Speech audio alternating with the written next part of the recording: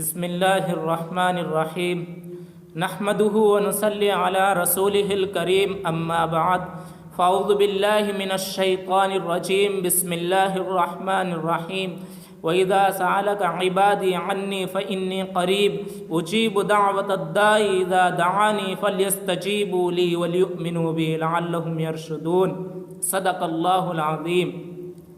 معزز علماء کرام اور برادران اسلام، السلام علیکم ورحمۃ اللہ وبرکاتہ۔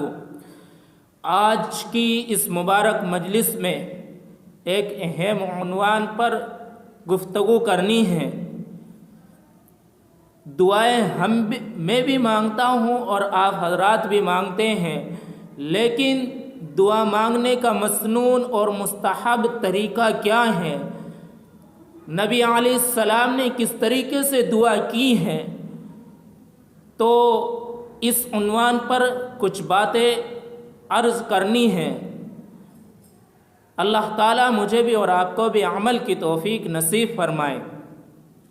سب سے پہلے دعا کے معنی کیا ہے؟ دعا کے معنی مانگنے کے اور پکارنے کے اور بلانے کے ہیں، یعنی ادنا اعلیٰ سے، چھوٹا بڑے سے عاجزی کے ساتھ درخواست کرے، اس چیز کا نام دعا ہے۔ اور اللہ تعالیٰ کی ذات سب سے بڑی ہے، وہ سب مالکوں کا مالک، خالقوں کا خالق، سب بادشاہوں کا بادشاہ، وہ سب حاکموں کا حاکم۔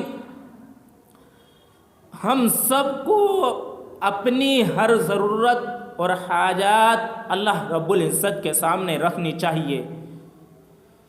جب ہم دعا کے لیے ہاتھ اٹھائے تو سب سے پہلے اللہ رب العزت کی حمد بیان کر لی جائے۔ حمد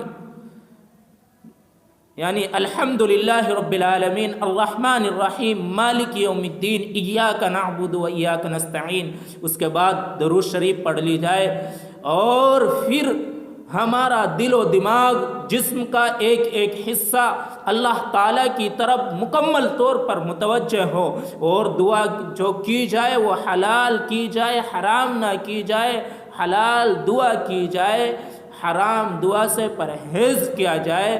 جب ہم اللہ تعالیٰ کی طرف مکمل طور پر توجہ کریں گے تو اللہ تعالیٰ کی توجہ ہماری طرف رہے گی، اور اگر ہماری توجہ ہٹ گئی تو اللہ رب العزت بھی اپنی توجہ ہٹا لیں گے، اور خطرہ ہے تو پھر ہمارا رونا دھونا سب بیکار ہے۔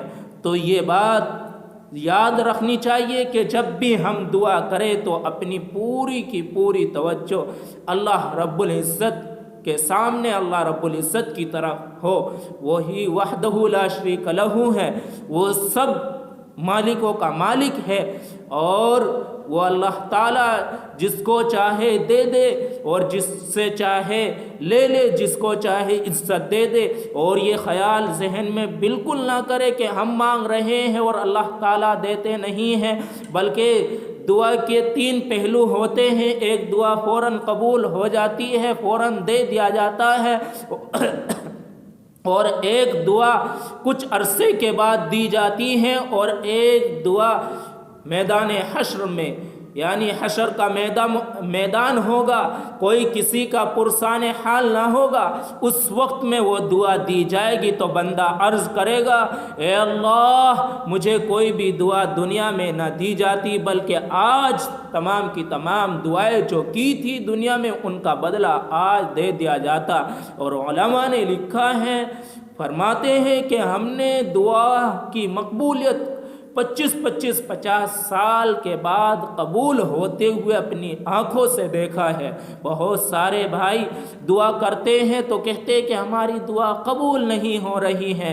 ہمت ہارنے کی ضرورت نہیں ہے، مانگتے رہے تو اللہ تعالیٰ دے گا، بار بار مانگیں گے تو اللہ تعالیٰ کو ایک نہ ایک دن تو اس بندے پر رحم آئے گا۔ جس طریقے سے ایک چھوٹا سا بچہ اپنی امی یا ابو سے پیسے مانگتا ہے اور کہتا ہے کہ مجھے چومین کھانی ہے، حالانکہ چومین کھانا اچھی بات نہیں ہے، صحت کے لیے مضر ہے، نقصان دہ چیز ہے، کہتے ہیں کہ بیٹا اچھی چیز کھاؤ، انار کھاؤ، بادام کھاؤ اور سیب کھاؤ، لیکن بچے کو لگی ہوئی ہوتی ہے کہ نہیں مجھے یہی چیز کھانی ہے، بار بار پکارتا ہے کہ امی مجھے یہ چیز کھانی ہے۔ امی اور ابو کی عادت وہ یہ چاہتے ہیں کہ یہ اس چیز سے بچ جائے، لیکن ان کی بار بار کہنے سے وہ اپنی ضرورت کو پورا کرا لیتا ہے۔ یہی اللہ تعالیٰ کی ذات گرامی ہے کہ جب ہم اللہ تعالیٰ سے بار بار مانگیں گے تو اللہ تعالیٰ اپنے فضل و کرم سے ہمیں وہ چیز عطا فرما دیں گے۔ ایک واقعہ عبرت کے لیے سناتا ہوں کہ ایک شخص نابینا تھا اور طواف کر رہا تھا، اور طواف کرتے ہوئے وہ دعائیں کر رہا تھا، اے اللہ مجھے آنکھیں دے دے، مجھے بینائی دے دے۔ تو اس طریقے سے دعا کر رہا ہے اور اس کی دعا قبول نہیں ہو رہی ہے۔ اسی وقت میں حجاج بن یوسف ثقفی انہوں نے کہا اس نابینا کو کہ تو کب سے دعا کر رہا ہے اور تیری دعا قبول نہیں ہوئی ہے، یاد رکھنا کہ میرے 4 چکر باقی ہیں، اگر تیری دعا قبول نہیں ہوئی تو تیرا سر قلم کر دیا جائے گا، یعنی تیرا سر کو کاٹ دیا جائے گا۔ تو اب حجاج بن یوسف کو جانتے ہوں گے کہ حجاج بن یوسف ثقفی وہ شخص تھا، وہ اتنا بڑا ظالم تھا کہ اس نے 1,20,000 آدمیوں کا قتل کرایا تھا۔ مشکوٰۃ شریف جلد ثانی حاشیہ میں یہ بات موجود ہے۔ اب وہ بیچارہ نابینا بینائی کے ساتھ ساتھ آنکھوں کی روشنی کے ساتھ ساتھ اس کو اپنا جان کی خطرہ اور اس کی پرواہ ہوئی کہ اگر بینائی نہیں آئی اور اللہ تعالیٰ نے روشنی نہیں دی تو میری جان بھی چلی جائے گی۔ اب وہ اللہ تعالیٰ کی طرف مکمل طور پر توجہ کرتا ہے اور رو رو کر گڑ گڑا کر اللہ تعالیٰ سے مانگتا ہے، عاجزی کے ساتھ درخواست کرتا ہے۔ اب ہی اس کے 4 چکر پورے بھی نہیں ہوئے تھے، اللہ تعالیٰ نے اس شخص کو بینائی لوٹا دی۔ تو اب حجاج بن یوسف ثقفی کہتے ہیں، اس پر نظر پڑتی ہے کہ دیکھو اللہ تعالیٰ نے تمہاری بینائی کو دے دیا ہے، تمہیں روشنی دے دی ہے، اور جس طریقے سے تم دعا پہلے مانگ رہے تھے اگر سال بھر بھی دعائیں مانگتے تو اللہ تعالیٰ تمہاری دعا کو قبول نہیں کرتے، اور اب اللہ تعالیٰ نے تمہاری دعا کو قبول اس لیے فرمایا ہے کہ تمہاری پوری مکمل طور پر توجہ اللہ تعالیٰ کی طرف ہوئی ہے۔